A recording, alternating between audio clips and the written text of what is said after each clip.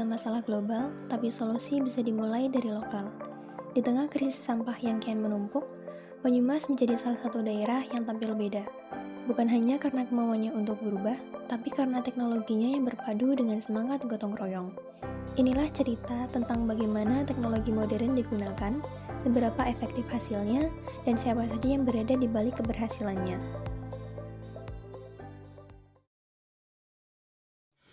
Pertama-tama, sampah yang berasal dari berbagai TPS di Banyumas tiba di TPA BLE, pusat pengolahan utama di wilayah ini. Setibanya di lokasi, sampah langsung masuk ke dalam mesin bag opener, alat berat pertama yang berfungsi membuka dan menyortir sampah. Proses ini memisahkan antara sampah organik dan anorganik secara otomatis. Sampah organik yang berhasil dipilah akan dikeringkan, lalu sebagian dimanfaatkan sebagai bahan campuran RDF, bahan bakar alternatif yang ramah lingkungan. Sedangkan sampah anorganik melanjutkan perjalanan ke tahap pemrosesan berikutnya. Di bagian bawah terdapat mesin bernama thermal screen, yaitu alat besar berwarna biru yang bekerja memilah sampah anorganik berdasarkan ukuran dan berat jenis. Bersama alat ini, ibu-ibu dari warga sekitar turut mengambil peran penting, yaitu memilah sisa residu seperti popok dan kain bekas. Sekitar 50% tenaga kerja di tempat ini memang berasal dari masyarakat sekitar. Lalu yang kedua, kita itu merebut masyarakat sekitar wilayah di TPA ini. Residu yang terkumpul kemudian diambil oleh operator dan dimusnahkan menggunakan mesin pirolisis, teknologi pembakaran yang ramah lingkungan. Sampahnya bahkan diturunin, itu langsung tercacah. Kemudian, sampah yang telah disortir akan masuk ke mesin pencacah, memotong plastik besar menjadi potongan kecil seukuran 5-10 cm. Potongan ini menjadi bahan RDF atau Refuse Derived Fuel yang siap dijual dan dikirim ke pabrik semen di Cilacap.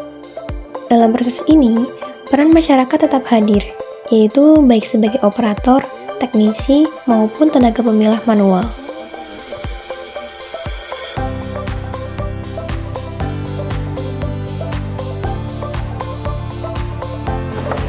Tak hanya berhenti pada pemilahan dan pembakaran, sampah diolah menjadi manfaat baru. Salah satunya yaitu paving block hasil daur ulang anorganik. Inilah serpihan-serpihan hasil dari lelehan plastik yang telah dikeraskan. Di tahap awal, lelehan ini masih bercampur dengan sisa-sisa residu lain.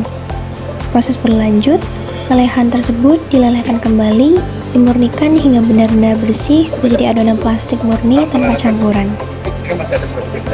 Inilah bahan baku utama paving block, serpihan-serpihan hitam pekat, kuat, dan siap dibentuk. Dilelehkan satu kali, kita cacah.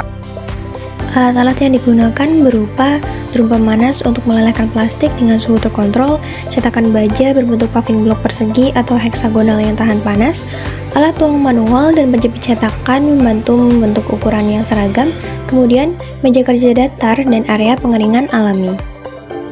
Paving block ini memiliki beberapa keunggulan, diantaranya tahan terhadap cuaca ekstrim, berdaya guna ganda, dan biaya produksi yang rendah. Setelah dicetak dan diuji kekuatannya, paving berbahan limbah plastik ini tak hanya digunakan di Banyumas. Produk ramah lingkungan ini telah didistribusikan ke berbagai kota besar, mulai dari Semarang, Bandung, hingga Jakarta. Tak hanya anorganik, bagian organik juga dimanfaatkan. Setiap hari, 2 hingga 3 truk dam sampah organik diproses untuk budidaya maggot, yang menghasilkan 1-2 kuintal larva per hari. Sisanya diolah menjadi pupuk kaskot, yaitu pupuk hasil penelitian bersama Universitas Jenderal Sudirman dan digunakan untuk menyuburkan tanaman lokal.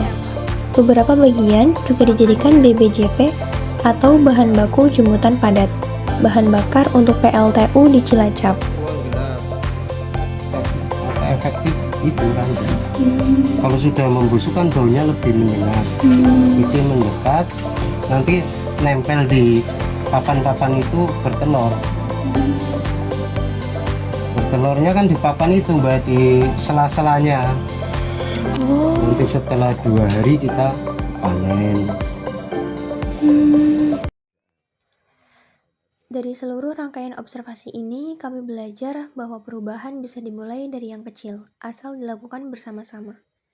Terima kasih kepada pihak TPA BLE dan Dinas Lingkungan Hidup Banyumas atas kesempatan dan ilmunya.